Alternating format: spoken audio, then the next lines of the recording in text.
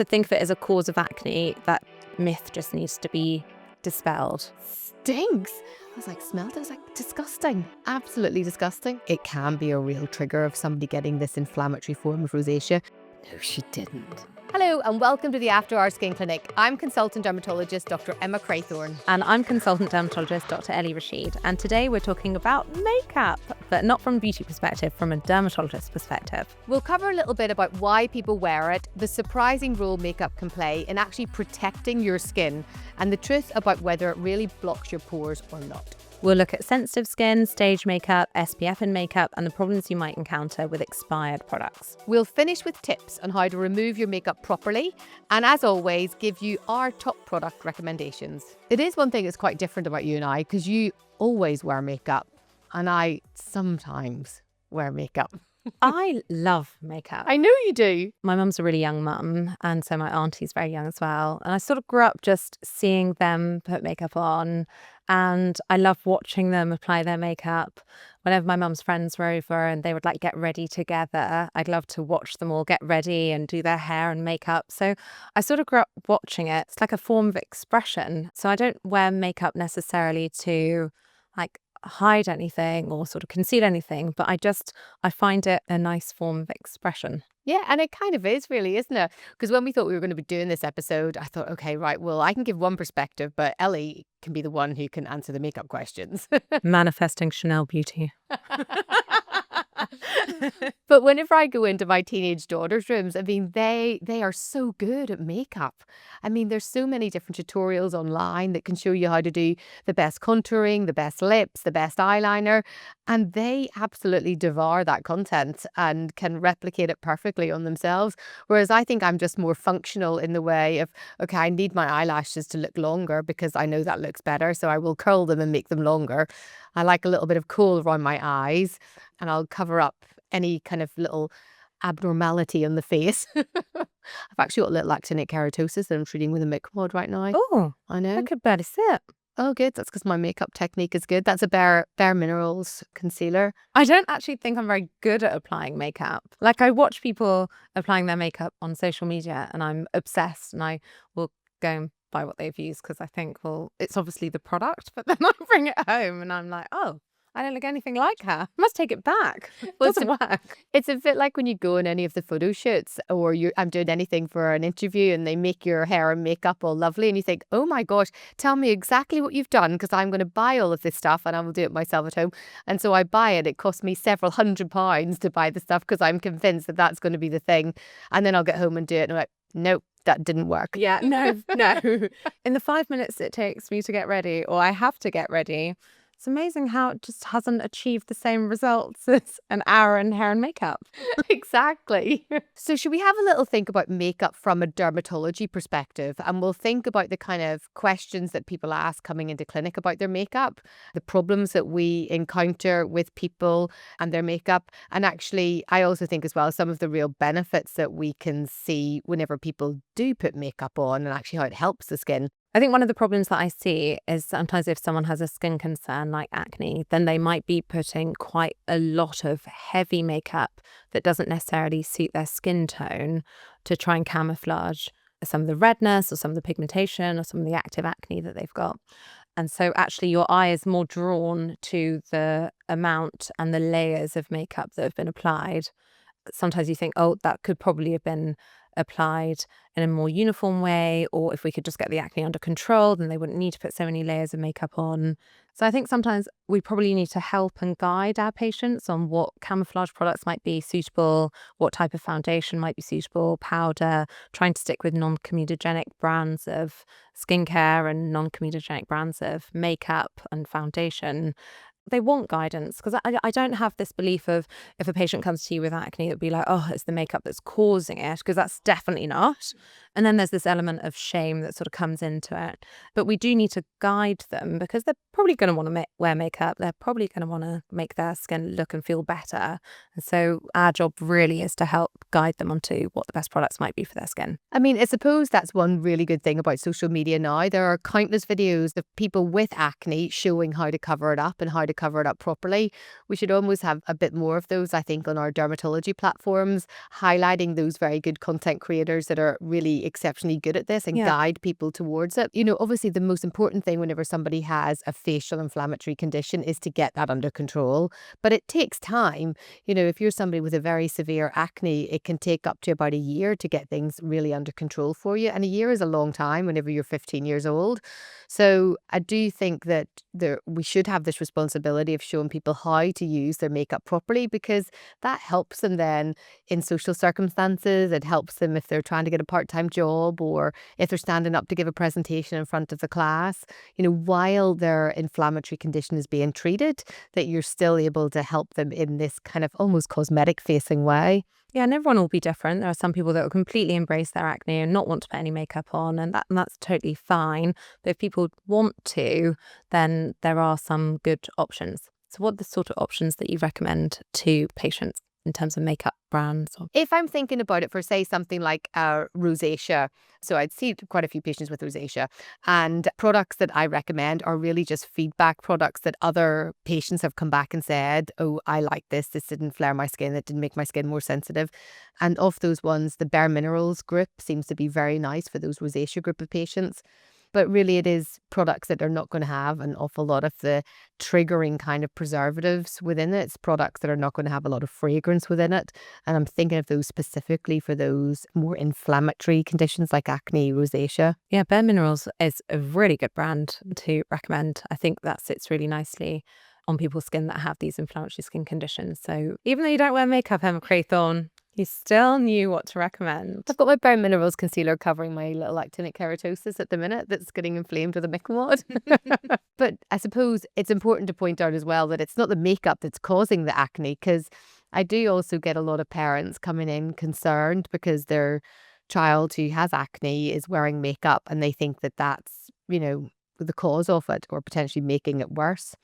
And I really point out, say, if it's removed properly at the end of the day, then it's really unlikely to be contributing to the problem, but actually might be helping somebody to manage it a bit better. The other issue I find people come in with is makeup brushes and beauty blenders, and thinking that not washing those adequately is somehow the cause for their acne. And again, it's not the cause for their acne.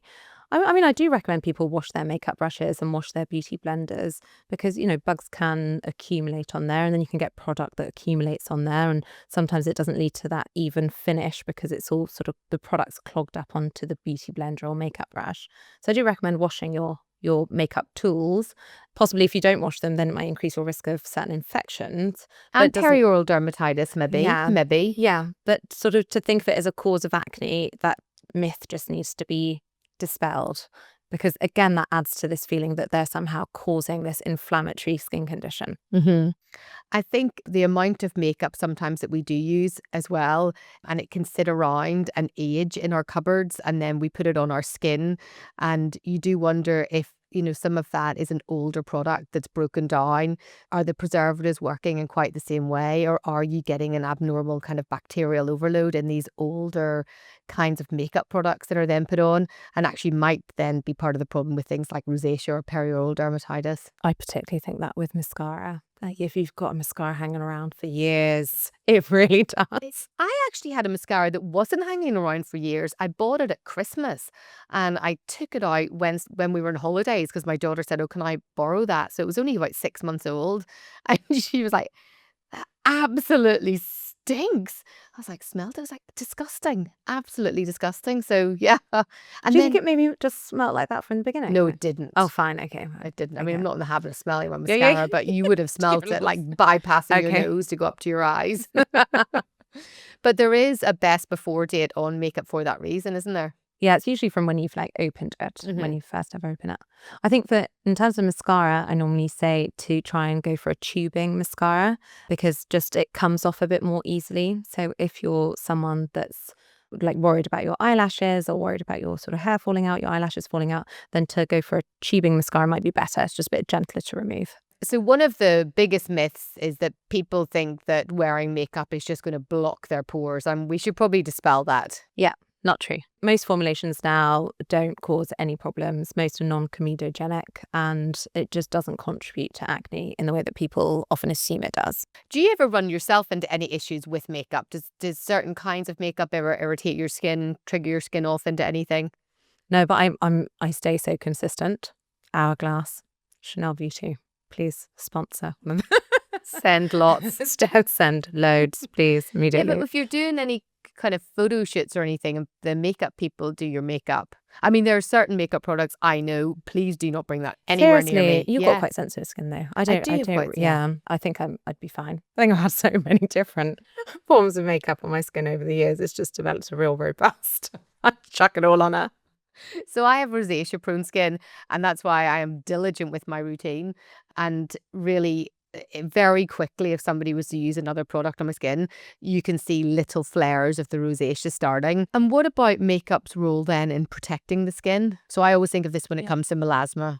Yeah, in certain foundations, you can have iron oxide, and that acts as a good filter for visible light. So if you have a pigmentary concern like melasma, then potentially the application of your foundation might have some protective role. Yeah, I think that's right, especially for those skin types that are kind of brown to black skin colors, then it really is important because that high energy visible light really is kind of implemented in that development. So I as well sometimes say to my patients, yes, put on your SPF and put your SPF on properly. So the right amount, which is 2 fingers to cover the face. And then I'll often say, put your SPF on again if you have melasma. So you're really trying to avoid any kind of ultraviolet getting to the skin at all. But then if you've got almost like a concealer that has got a good amount of iron oxide in it, and you're applying that to the areas of melasma, then you're getting an extra little benefit. Because I do feel that sometimes these SPFs that are for melasma, say for example, and they have a tint in them, the tint, if you try and put it on as you should put an SPF on, is just so overwhelming. The color just doesn't suit anyone. You know, if you're white, you look orange. If you're brown, you look yellow. If you're black, it looks like a bluey color. It's just a very weird color if you try and put on that amount. So I like a very almost invisible SPF, and then yes, using a concealer with iron oxide. I love that trick. I've got a friend and she would always put her foundation, like a few little pumps of the foundation on the back of one of her hands and then apply it from there. And that hand, glorious, Oh yeah. beautiful. Her skin was perfection. I always put mine on my hand first before dabbing it onto my face. I'm not sure it's perfection, but then I am doing a little study with tretinoin, so this hand is pretty good compared to the other one. I mean, look at the difference. You just need to start applying it to the other hand. I know. I'm going to look 80 on Two. one side, Yeah, 20 on exactly. the other. Although, think of the New England Journal of Medicine. Be a gorgeous image of the month.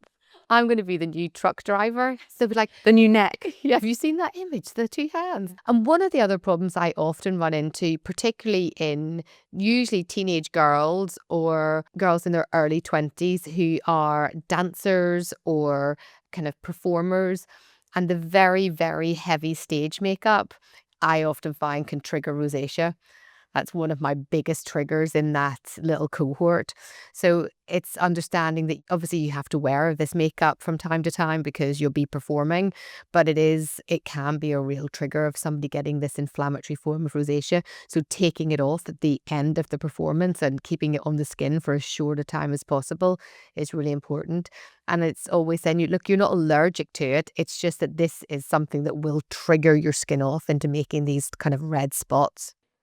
So to round this episode up, let's think about our very best practice in how to remove makeup. Everyday makeup and SPF. Yeah. So my best practice, because it suits my skin.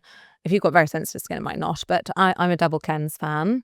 So What does that mean for people who don't know? so a double cleanse usually Wash twice. means washing twice. But usually the first wash is done with an oil-based cleanser, and then the second wash is done with a more water gel-based cleanser. And what is your favourite oil-based cleanser that you use for you? The Hada Labo one. Actually, have I told you that a patient, it didn't suit her, and she had like 2 unopened bottles and gave it to me? No, she didn't. Yeah. And she may have said, Give one to Emma. give one to Emma. I could see that you had a little look on your face like you wouldn't want to tell me I that do need to story. bring it in. I need to bring it in. So yeah, Hada Labo, love, and the Medicate cleansing oil. It's called like lipid balancing oil or something. It's gorgeous. And yeah, you like really the nice. SDR to pyelize. Oh, love, yes. That's because that's the one I started recommending to my patients whenever they couldn't get the Hada Labo. Yeah, gorgeous. So those are like oil cleanser. And then for my water-based cleanser, like second wash, I either use the Bioma cleanser, I like that one, CeraVe hydrating cleanser, Cetaphil cleanser. I've got like a few little different ones, and depending on how I'm feeling, pick one of them up and use them. I'm quite different. I think it's a litre size of Cetaphil Gentle Cleanser in my really gorgeous bathroom that I've just had finished. On that marble top over the vanity unit, there is Chuck in the drawer immediately. there's a really big, ugly 1 litre Cetaphil Gentle Cleanser. I actually think I'm going to try and decant it into some nice glass bottle you so that it must. looks really pretty, because I just love that cleanser, but I really don't love the packaging. I do that with Fairy Liquid. I can't bear the Fairy Liquid bottle in the sink. You decant it into a diptyque one. So I personally will cleanse my face for about a minute. I don't time it specifically, but I know roughly that it's around a minute. On my lovely white flannel, I will do it until it no longer looks brown or black, or until the water runs clean. Do you ever do this thing where you're like using a micellar water on a pad and trying to remove your under eye makeup, and I just keep rubbing and rubbing? I'm like, oh, it's just my under eyes. Just really tired. There's no more makeup. There's not been makeup there for 20 minutes. I've now got a very red under eye. I just need to sleep. Okay, so for a normal day cleansing, it's just cleansing at the end of the day. So your water should be lukewarm. You should have your preferred cleansing agent, normally a gentle cleanser. Or if you've got a lot of heavy makeup on, then you might want to do the double cleanse like Ellie does. And then it's making sure that you've got all of that makeup or SPF off before you then would apply anything else on top of it. I think that's a really important step. So things like SPF and makeup, I suppose, as well, to a certain degree, if it's got iron oxide in it, they start to degrade on the skin. But that degradation in itself can be harmful to the skin, a bit like, pollution sitting on the skin can be harmful to it. So you do want to get it off so you can have a good sleep overnight without anything on your skin that could be potentially harming it. And it also then means if you're putting a nighttime treatment on, you've got a lovely, clear, neat base to put the nighttime treatment on. We haven't talked about camouflage makeup for skin conditions like vitiligo. We haven't talked about camouflage makeup. Yeah, so I normally recommend Dermablend, which is by Vichy. And they've got lots of different colours. They normally do a colour match. And then you can apply your camouflage product to camouflage any areas that you want to match to your skin tone. I think that is brilliant, isn't it? It's so easy, so quick. The charity that used to do it, Changing Faces, I think they still exist now. They do, and yes. It's just that we used to have it through the NHS, but I think now patients can do a self-referral to Changing Faces. So in a nutshell, there are lots of advantages to applying makeup. You don't have to apply makeup, but if you want to, it might have some benefit. And actually can have a real impact if you have a dermatology condition. Putting makeup on can sometimes give you confidence that you perhaps were lacking if you really weren't confident in the skin condition that you had.